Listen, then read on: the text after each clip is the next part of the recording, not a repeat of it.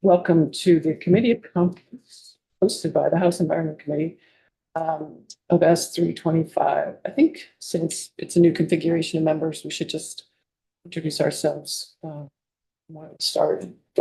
Representative Labor. Larry Labor, Representative Orleans as District 1. That's right. That's right. Seth Bogus from the Bennington Senate District. Ann Watson with the Washington Senate District. Terry Williams, the Rutland District. Ella Chapin, I represent Montpelier and Middlesex. Amy Sheldon, I represent Middlebury. And our legislative council. Ellen Tchaikovsky, opposite legislative council. I think what I'll do is we have a side by side, I think just high level, go through the big changes and then come back and talk about the issues that folks are drawn to. So the very beginning is the repeal. So I think important to remember the bill started in the Senate with civic date extensions, became primarily a vehicle for repealing the road rule in Tier 3. It's the focus of it. Some other things have been added, but that's kind of why we're here. So let's keep that in mind as we go through. Next thing was that the Senate, in extending the dates, we actually brought those dates back in. And I'll ask Representative Labor and Representative Chapin to help me out some, but essentially what we did was, in looking at that, since your dates extended to the extension of the road rule in Tier 3, we felt like we got a lot of feedback on tiers and a reluctance around tiers broadly, that it made sense to bring the housing exemptions into a year after the regional planning projects would, or regional planning maps would be updated, to give towns a chance who want to opt in to 1A and 1B to do that. Thank you. That's helpful. We did remove one of the housing amendments that was made on the floor of the Senate, in large part because it was focused on towns without zoning and subdivision bylaws, and those towns are not eligible actually for 1A or 1B, and it doesn't actually seem fair to me, given feedback we were getting about surprising communities with major changes to land use, to keep that one in. Which page? Oh, I'm not sure exactly. Sorry, I was just sticking at high level dates. That's okay. I'm just going through. Oh, sure. So then you get to the Tier 3 rulemaking, which of course is removed. So that's saying. And then also in response to significant input we received, we have done two big things. One is creating a public engagement plan process for moving forward to talk with Vermonters about how to address some of the issues that the road rule and Tier 3 were trying to address. I would say that Ella did a lot of work on that section of the bill. And then also we created a joint oversight committee to, some folks don't like the word oversight, but we have a number of standing oversight committees. Legislative Council looked at the structure of those and broadly formed this one around that, and then we refined it. And I know you have some thoughts on that, so we'll hear those after. And the concept really is about better communication between the legislature and the Land Use Review Board, and also the Agency of Natural Resources. You may have heard some of the floor debate yesterday even about permitting, maybe some of the ways things happen. My vision for this committee, this legislative oversight committee, is that it will be able to address more in real time some of the issues that come up, and also just, like I said, be a conduit for communication. There's boundaries around it. The number of meetings are limited, I think, to 6. We went from 8 to 6, and it sunsets. so that a future legislature can decide if it's an effective use of time and money. We have kept the intent and changed a bit of the details around the land use review board that were reports that were coming back to us. And the energy compliance parts of it are brought in because they were in another bill. H-40. Yeah, Yep. so you are familiar with them. Familiar, mhm. We were less familiar with them, but there they are. Yeah, that's a lot of that.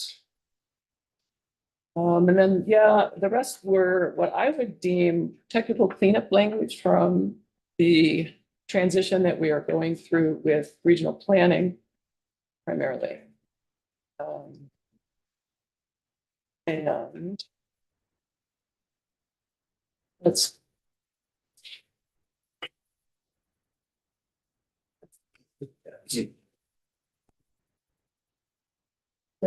does include another report back on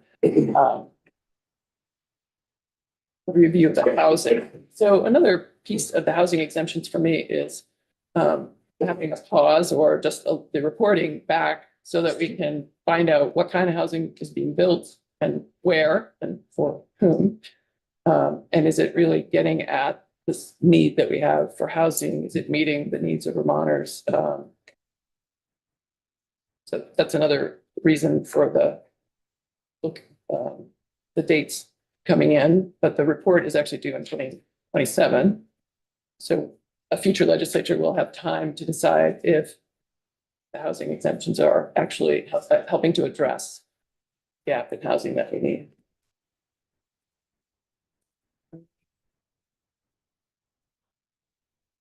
And we also were asked to line up the environmental justice, kind of rearrange the way that they were doing their work and give them some date extension. I think that's the summary overview. Guess I'll just add that we had a couple of floor amendments today in this. Yeah, accessory on-farm business is the very, it's like the very, it's at the very beginning. It's at the very beginning. Okay, thanks. I missed that. Yeah. And an amendment to the smart growth principles. That's the floor. Is that one? It adds in homesteading. Yeah.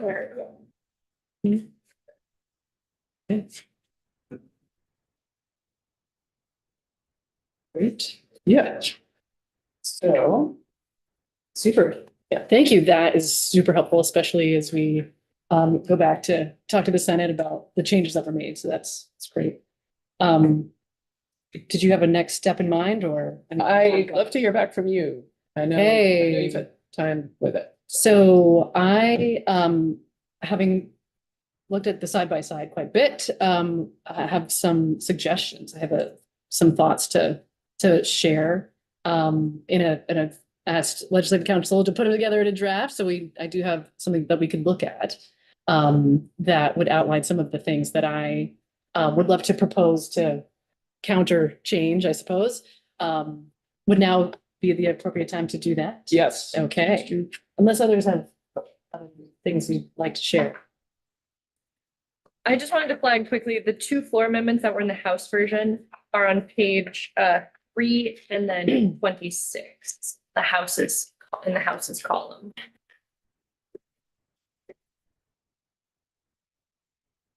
Side by side, I first thought didn't have numbers because they're hidden. Some of them are hidden by the staples. They're there. They are. Huzzah.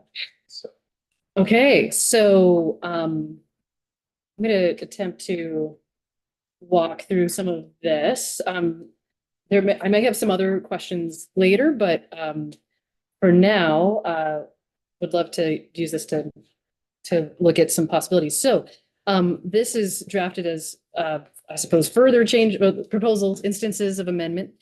So the first one is in section 9, which is about the plan for engagements. Thinking about, I did hear some feedback about, like, what does, like, I think the House version uses the word, to be, being neutral on, policy and political issues and neutral facilitation. And I, thought that that could use, a little bit more specificity, like, what are we talking about? And so, so I think, and correct me if I'm wrong, but I think I think it's probably, hopefully clear here that we're not presupposing outcomes or taking positions, but whoever's running this, shouldn't be presupposing outcomes or taking positions politically. So hopefully that is clear enough on that. And then, again, and instead of saying neutral, just saying nonpartisan, like we're just trying to stay away from the politics of it, like we're, staying out of that. So that's at least how I was, reading that and suggesting that.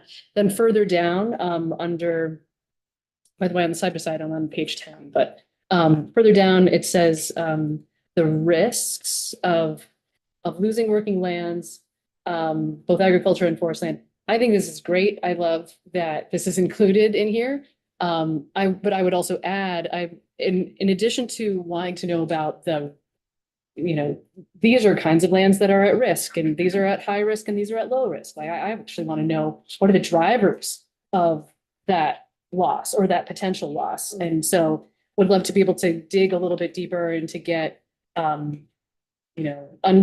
this, the first layer, so to speak, to try to understand, those causes. So I've added, and the causes for those risks. So that I am hoping is a friendly amendment there. And then further, equitable, in number 2, it says equitable, efficient, and effective regulatory or non-regulatory tools to protect these working lands and critical natural resources. I also thought, I was thinking about how people, especially in rural Vermont, are stewards of the land and want to steward the land, and how sometimes to that end there are barriers and there's reasons that becomes really hard. And so so I added and barriers to land stewardship.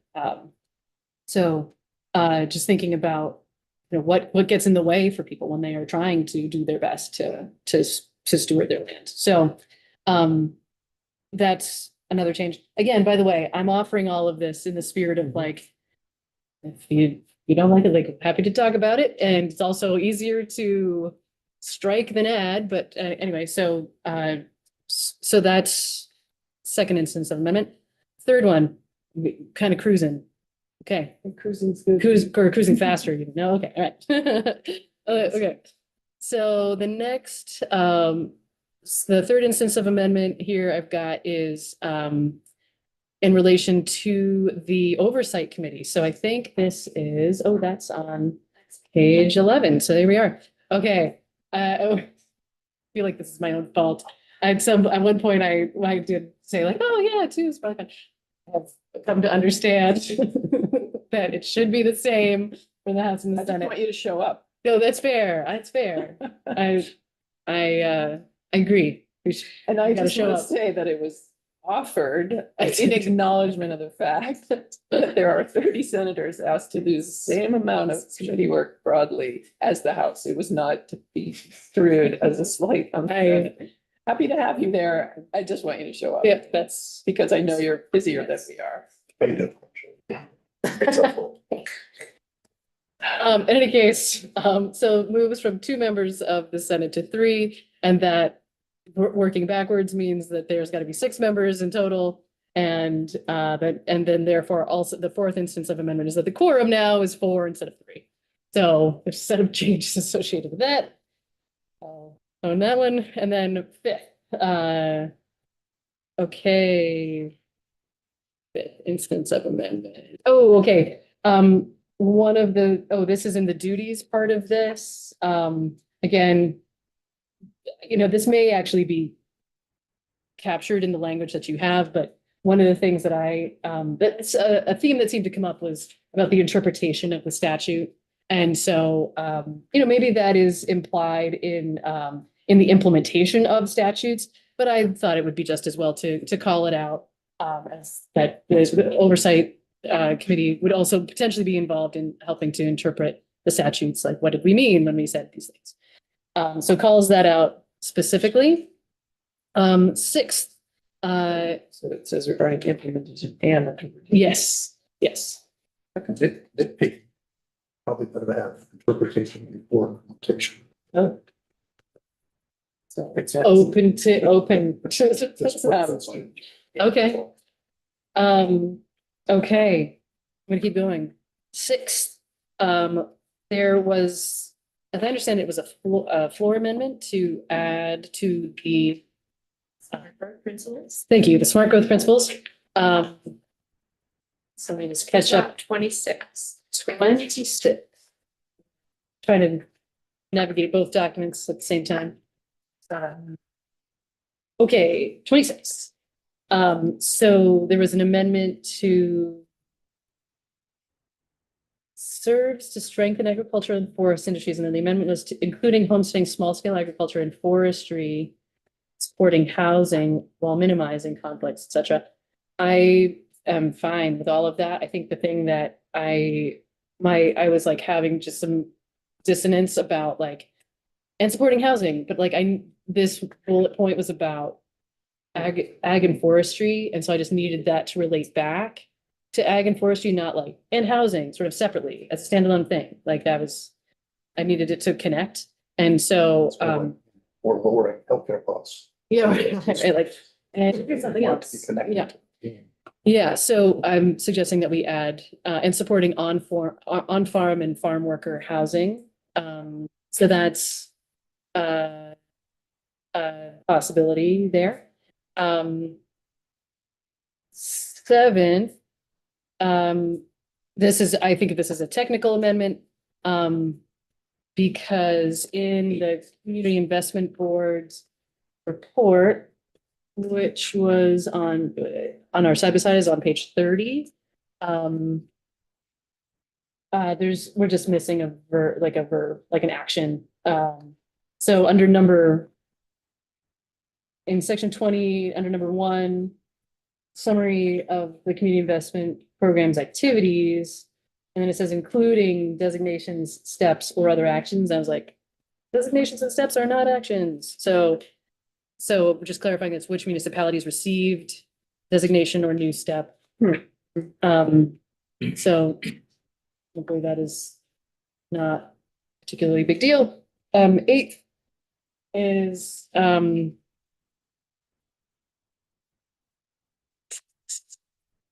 okay, this is also in the report. This is in the report on municipal appeals report. In your new number 5, I think it's great. I love that this exists in general. I think this will be really important data. And to add to that, would love to, I think adding the number of units, that was just a technical addition, as well as where the units were constructed. But I wanted to add, the reason this got my attention was the type of units. So with these exemptions, like what are we creating with this? Are we creating more vacation rentals, or are we creating more affordable housing, or like what are we doing? And I think that type of information, the information about the types would be helpful. No, you could interpret the word types differently Okay. and be like. So, Price is also in there, I'll just say, because I think the House committee did talk about this. Oh, okay. And so, but I do think having both of those pieces of information will where help. you want to go, but types of housing could mean. Number Most of bedrooms, yeah. Could be what? Supposed to be more, but like, I don't mean to be. Like but that, that's not. We want to make clear that we're actually talking about, in a way, what we're trying to get at is building housing that is used for, that is affordable housing, long-term rental, short-term rental, you know, that's what we're trying to get at. So do we need to say that to make sure that that's what the way it gets translated? Maybe it will, I like maybe it's. saying what we mean. And is there a more specific way? We could ask for that data, affordable, short-term rent. long-term rentals. Long-term rentals. So the number of Mhm. affordable market rate. Yeah. Sure, yeah. Market rate. Mm-hmm. Short-term rental.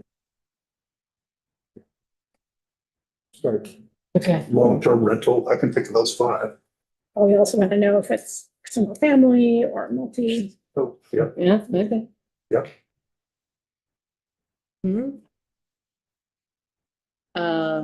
Okay. Thank you. So I'm more concerned with any part of the Senate that we sent to you that you deleted. If we can go over those Mhm. and Yeah, just touch on them. well, let's keep, Okay, yeah. keep because going we're what you're still, going on, yeah. yep. Okay, thank you. Mhm. Okay, not, so the ninth instance of amendment is, I think, part that might be of interest to folks. I understand that there was this other amendment about accessory on-farm businesses. This one's on page 3. So, yeah, so going backwards a little bit. Yes, all the other ones are in order, but this one, This one was not. the life. Yeah. Um, 3 and 4.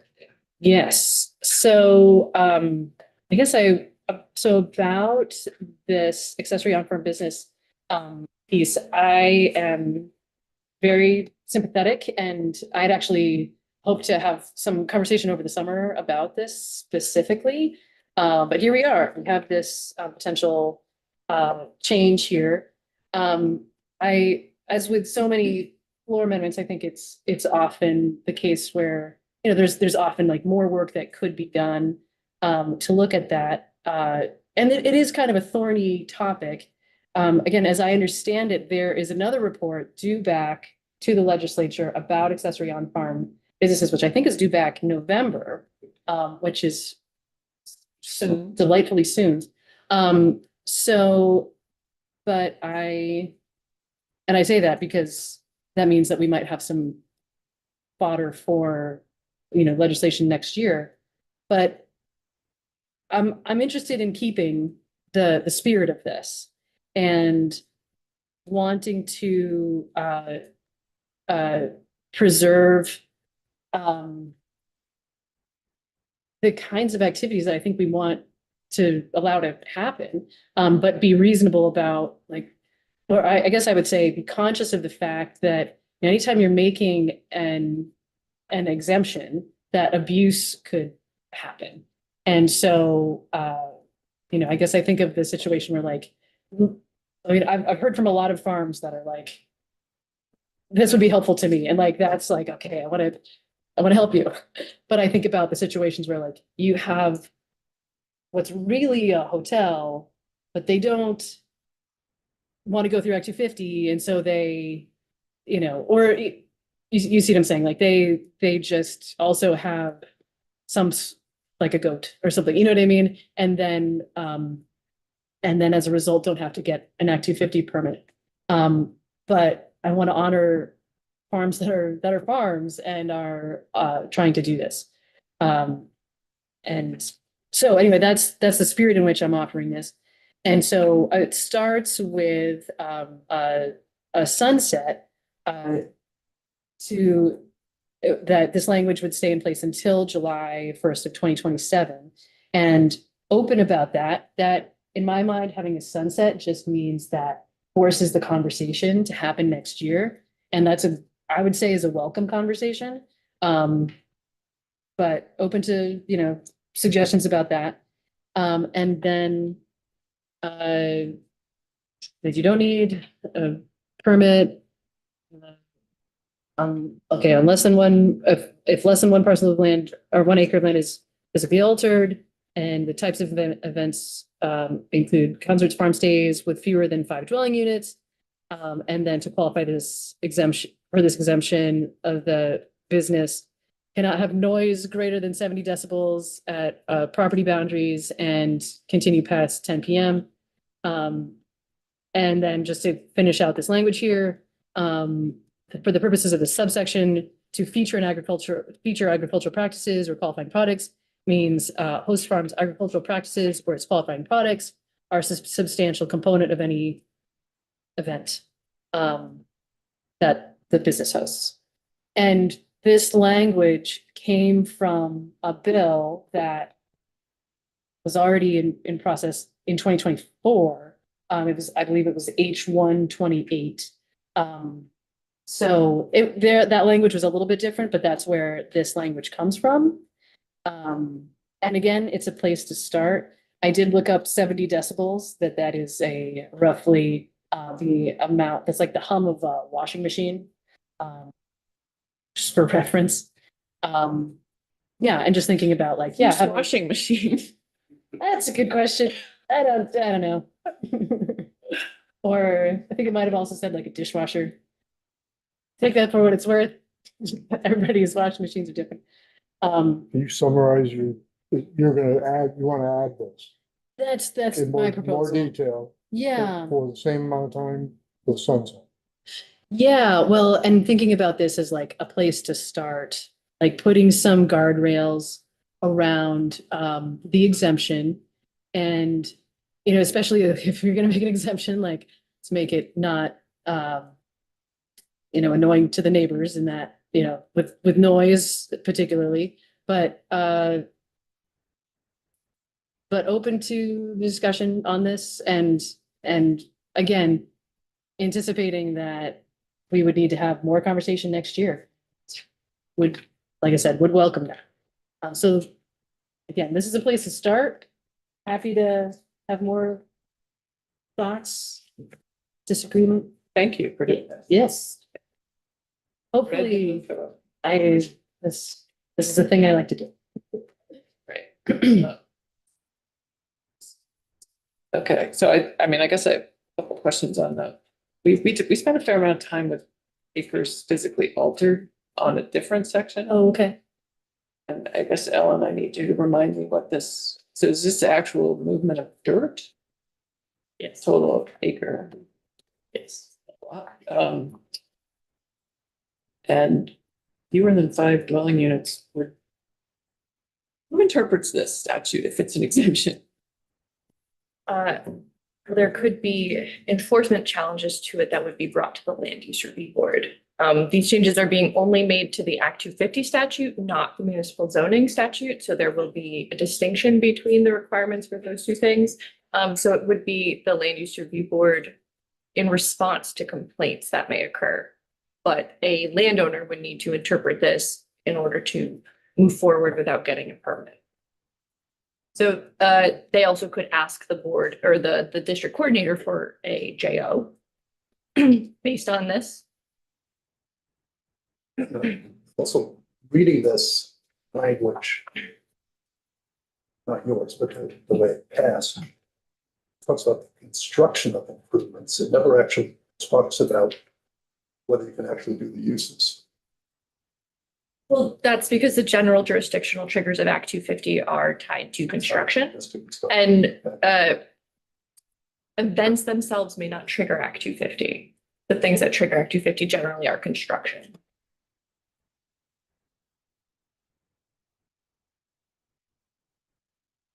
So, That's interesting. yeah. So if somebody wanted to build a farm stand on their farm to sell their produce. Do we need to put parameters in there for what size building could be built? No, so actually that farm stands are already exempt from Act 250 under the first part of the language, which is what is being called T1. Right. So I've been thinking about this for a while, since the floor amendment passed. And I've had a lot of conversations. And I think that there's a lot of agreement that the way it stands as passed on the floor of the House isn't really a definition. Like there's a lack of a solid definition, which creates potentially creates statutory ambiguity around this events exemption. But I've also experienced having sort of like talked to a lot of people in this room and beyond this room over the last 3 weeks about ideas I've had a lot of different ideas that some of mine, some of other people's around like how to put some guardrails on events. And again, we're just talking about constructing a building for events. That I think just leave me feeling like a lot of this language is challenging. And this is probably why for 12 years we've been trying to address this, and we're still struggling with how to draw lines around what events, what kinds of events facilities should be exempt from Act 250 and which shouldn't. And I think that this is challenging. I think that I like some of the language. I think some of this language from H128 that isn't necessarily a threshold like 1 acre or 70 decibels, I think makes sense to add. I'm not sure actually how much it actually helps with the definition, but I think it gets a little bit at least at our legislative intent. I struggle with the 1 acre. I struggled with like event scale. I talked about, numbers of events per year, and, things that people have been bringing up for a decade or more. And I did hear a lot of positive feedback about pushing the effective date back a year and giving some time for municipalities to make sure their ordinances are in order, to get at some of these parameters in a more local way, as opposed to trying to do it through the exemption. And I guess I'll just share that I think that there's a lot of support for that path, as opposed to us trying in the last days of the legislative session to articulate what is an on-farm event. I don't love that we did this through a floor amendment because of the statutory ambiguity, but I also am excited that we're making maybe another step in this direction for farms. And I think that it's, I wish we could have done more of this work earlier.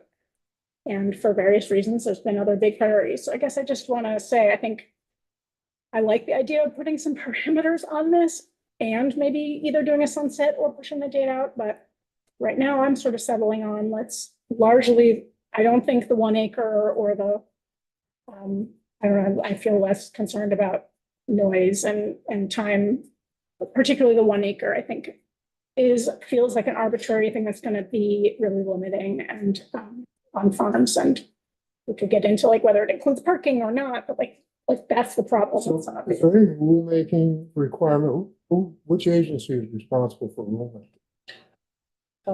Well, I guess I'm gonna step back a second and appreciate the question, but I'll say we didn't take any testimony on this. So I'm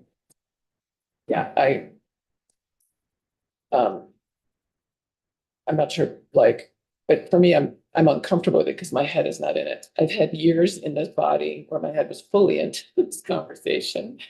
Was looking forward to having the professional land use review board come back with recommendations to it. So I think, yes, we need to honor the change that was made, but we also need to make sure we do it with, I think we need to be careful.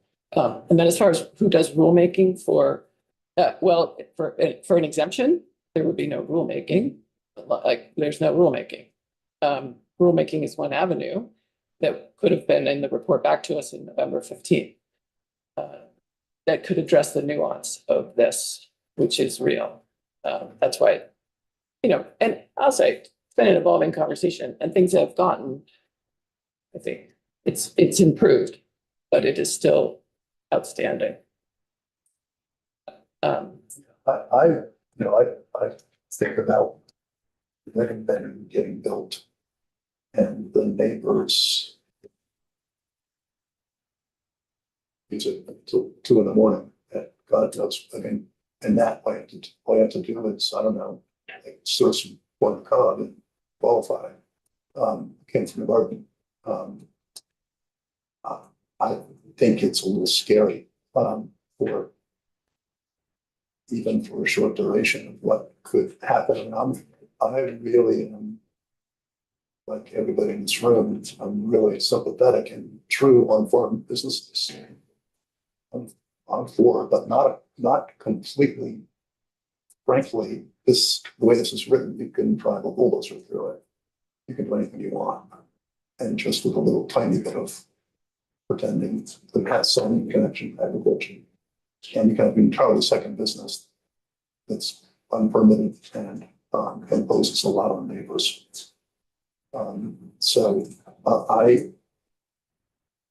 I think just pushing back the effective date doesn't work for me. I think we need to give it some definition, and if it ends up that the board, after doing its work, comes back with a recommendation that actually, it's whatever, we can look at that. But I think in the short run, got to put some progress in it. It's going to be some people could really regret that we did this to them. That's So sorry, you're suggesting push back the implementation date and try and refine the language further. yeah, to at least try to refine the language, and it really, and I think since it happened with the floor amendment, I don't feel guilty about doing it, doing something quickly, just bring it down some to some scale that has some relationship to a true on-farm accessory business. So I don't know how to do it quickly. I think what you then talk about is something that I would support. I want to keep it in, but I want parameters. Yeah. Yeah, and I'm okay with that. You can develop some parameters thing.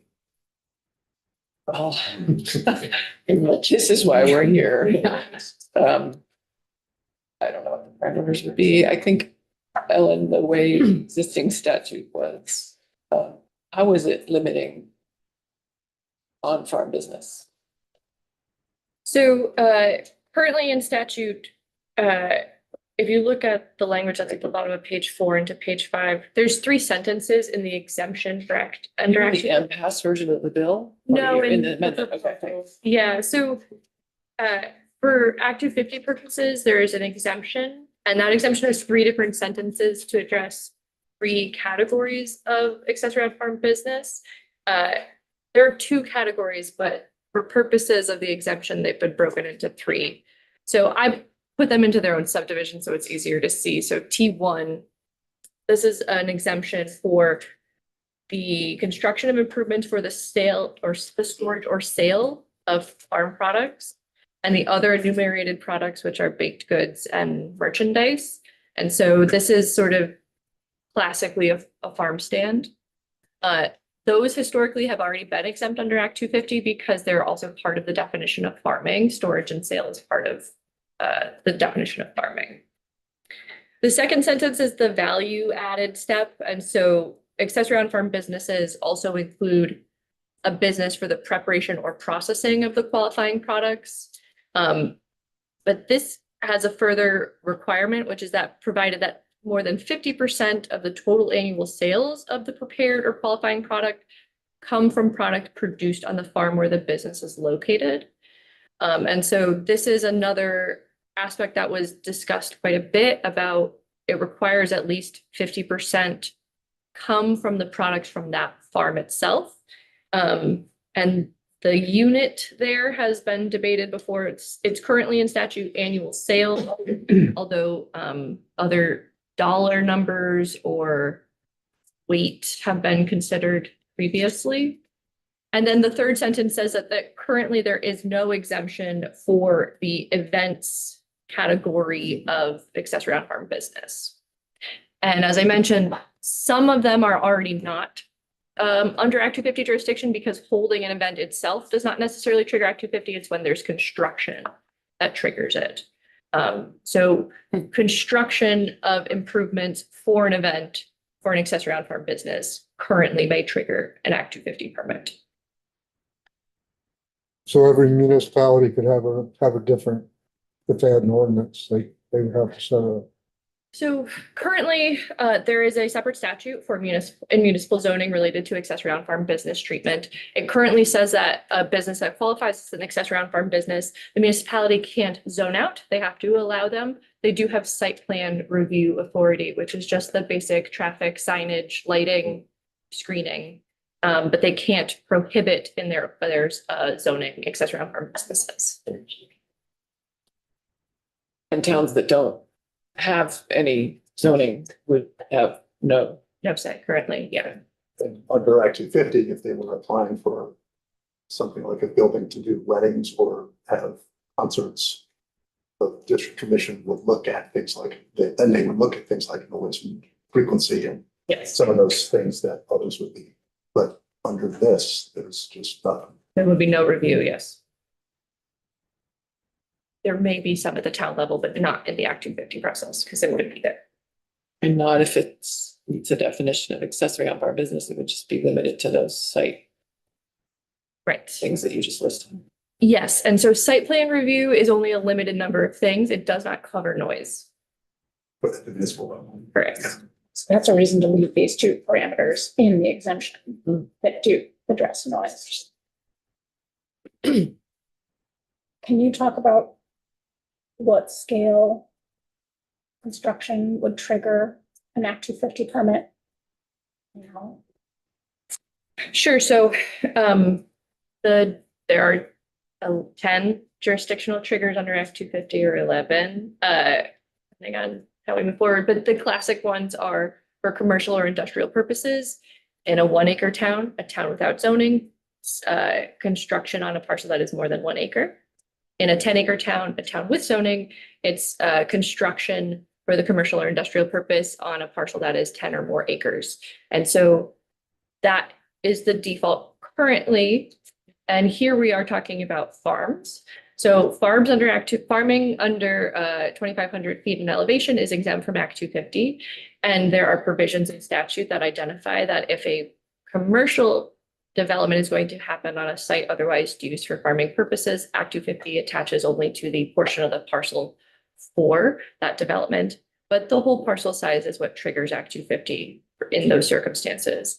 And so it would be about if there was construction happening on a parcel more than 1 acre or more than 10 acres. Which is a large part of why we're in this conversation. Those farms are by definition usually bigger than 1 or 10 acres. Representative Labor. Thank you, Chair. I go to Senator Watson's review, page 5, 5th line. I know what the intent is, but the way it's worded, they want to consider changing verbiage. Farm stays with less with farm stays with 5 cottages or less, because we've already had testimony from 2 parties that have 5 separate cottages. So So 5, because the way it's worded right now, the interpretation, my part would be 4. yes, I agree. So we could switch it to 5 or fewer. Yes. Yeah. See what you're saying. I'm fine. Thank you. I'd say if we keep the 1 acre language, I really think we should exclude. Mhm. You say that again? If we keep the 1 acre language on page 5, line 2, I think it needs to exclude parking. Sometimes parking might just be on the grass, so they're not actually disturbing any soil to make parking. If it's a larger venue for the occasional, bus turnaround because they're having school groups, then you're talking about quite a bit of acreage for a bus turnaround.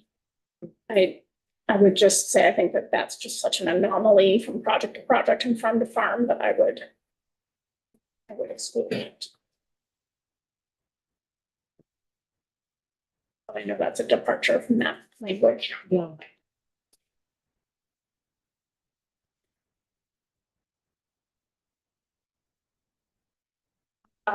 I would be, interested in the thoughts of others, but I am tentatively okay with that, but I think it gets to for me, it's coming back to this larger question of we decide on some parameters. Either we're pushing it out, we're having an effective date starting next year, or we are sunsetting it. Either way, we need more conversation. So in a way, I think I might actually be going against what my own suggestion is here, because let's suppose that we put something into place now, we exclude parking, we don't exclude parking. Let's say we get it wrong. Not that there is such a thing here exactly, but there's something that we don't like eventually, or we get feedback that people don't like. If there's a trade-off in terms of like, if it starts now, but then it sunsets, then that allows opportunity for something to happen now that maybe couldn't happen before, versus if we set it out in the future, then we have time to get feedback on whatever we've got here and have the opportunity to tweak it. And I feel like the theme of what I heard through the larger discourse on this bill and Equity One in general was the need for more discourse, or not just discourse, I'm sorry, the need for more input. And so actually putting it out, having a future effective date rather than a sunset would be more in the spirit of like, here's the status quo, like, tell us what you think about it. Like, Yeah. I mean, in reaching out, hearing from people, to me, given that we're in a committee of conference on a bill that's addressing other significant things, I felt like having it implement a year later felt like a sense of relief of like, okay, we're honoring this, but we're also giving space for the conversation. I think we want to narrow it in the short run, narrow it as well. And then- I don't have the language to narrow it, which is why I wanted the LURB report to come back. Yeah, that's what I'm thinking about, that's what I want. And we avoid that if we, Narrow it for the default, but then we have the Blurb report coming in and we think it. yeah. I just have a question for legislative council. If we took out the 1 acre and we left the rest of the language as is, and we, instead of the sunset, we push it out a year. Is it your opinion that we are putting some guardrails on this and limiting the particularly the kinds of examples that Senator Watson brought up of somebody sort of buying land and having a token little agricultural project over here, but really building a wedding venue or a concert venue or a hotel? Are there some guardrails here for those kinds of situations? I don't have an answer for that. It really is policy. And I mean, yeah. Meaning you don't see an improvement between what was passed on the floor and this version in terms of avoiding that kind of a scenario? I'm not saying that. I have no comment on that. I don't think I can advise you if these are the appropriate or improved parameters. I have a separate question with coming back to the 1 acre thing, because if you were going to be building larger than 1 acre, it would trigger Act 250 anyway. No, I guess not if it's farm. Parcel. It's parcel Size, not. Parcel size. Thank you. Okay. Digesting. And where did this definition number 4 come from? Definition in number 4. Steward agricultural practices or qualifying products. Act 1. Yeah, the PH 128. Didn't pass. It did pass House Ag and then came to your committee and parts of it got utilized for Act 181 and parts of it did not move.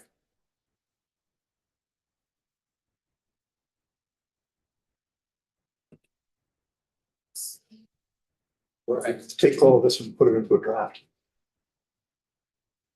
I think I'm proposing that we change this to, instead of a sunset, that it's a future effective date. And put it out to starting July 1st of 2027. I mean, I would rather have this than not. And also including Representative Labor's suggestion about 5 or fewer. Thank you. The LURB did send out a pretty comprehensive various sections that they would see improvements made on using their language. They want to have a separate meeting after everybody's had the opportunity to read it. I just not. I saw it. They suggested July 2028.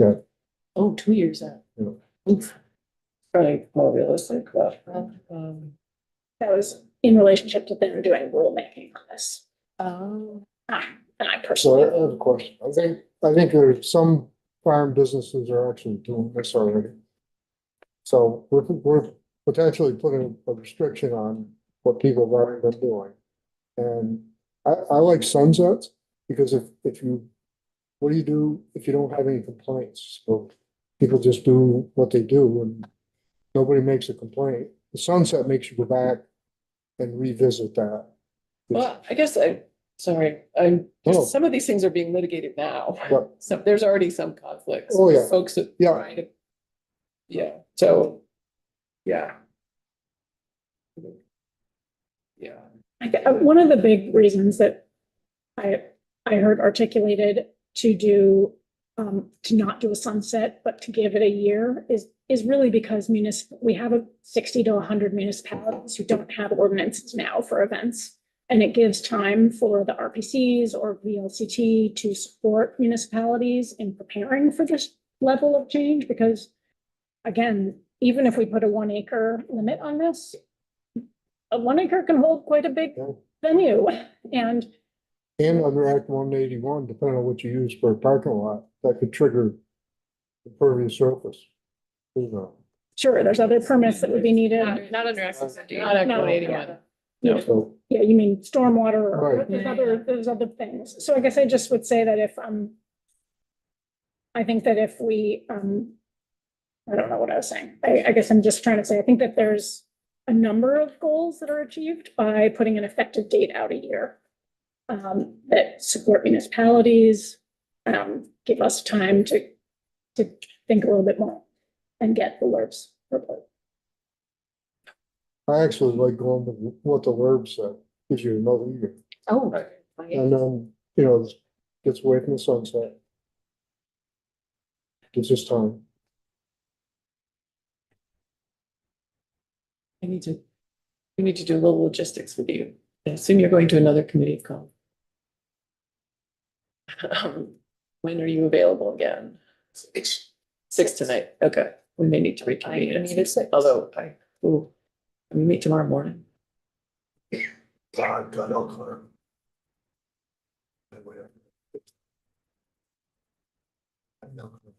Tomorrow afternoon. Yes. Needs to be big short. Yes, tomorrow afternoon, if you can get dispensation. Yeah, we can. I think we could make that work. So if you can get dispensation, if you can, we don't have, we'll be good. Yeah, one would probably be safe. Yeah. But, so I could also, I'm sorry, I heard 6 also. I really can't. You can't.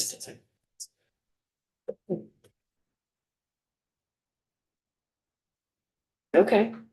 Feels like we have maybe a direction to, I have a couple comments on your other things, but I'm generally supportive of them. it's welcome. Great, if you've got to the point that we can have a draft. Too. Oh, so this is a draft. So conference committee reports can take a few different shapes. I drafted this as instances of amendment because it is the shortest version. However, if it would be helpful, because the Senate floor will not have seen all of the House's proposal, you could do a strike all. But this is based as Senator Watson's proposal was based as accepting the House and then amending it slightly. You have other options too. I also could include more language with each of these amendments if it would be helpful to read. I think we need to stick with this format for now and decide what we're gonna agree on first. And I guess meet again tomorrow. Yep. Miriam, can you help us with that? Great, thank you. All right, so we're gonna adjourn for the afternoon on this. But we'll run away yet because we have to talk about the one we didn't get to. All right.